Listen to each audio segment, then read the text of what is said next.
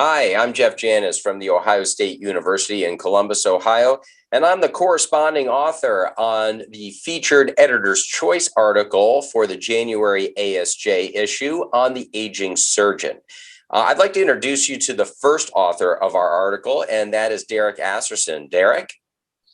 Hello, my name is Derek, and I'm a research fellow in hand surgery at Mayo Clinic in Rochester, Minnesota. Thanks, Derek.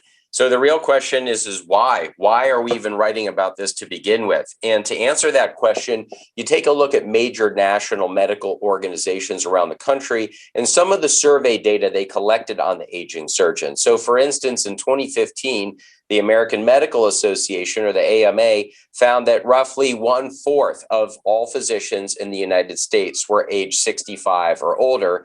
The American College of Surgeons in 2016 found that roughly 1/3 of their surgeons were age 55 and older. And in 2017, the AAMC found that about 44% of all physicians and almost half of all surgeons were age 55 or older. So really the population of physicians and surgeons in the United States is getting older. The real question is what is the result of that? And there may be a lot of myths out there, but what is the evidence? So Derek, talk to people about what we found. So we undertook a scoping exercise, looked at about 3,500 articles, which we eventually nailed down to 77. And we found that there are definitely age-related changes in cognition, vision, and motor skills as it relates to new techniques, surgical performance, and safety measures. And while all these things do exist, it's important to note that the aging surgeon is an invaluable asset to the medical community. If you just look at their body of work, in terms of mentorship and teaching expertise and bridging different hospital departments together, you really can't have a hospital system without them.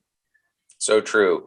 And I think actually one of the biggest take home points in terms of like what's next and what do you do with this information is that there's a difference between chronological age and functional age. So how should we handle that, Derek?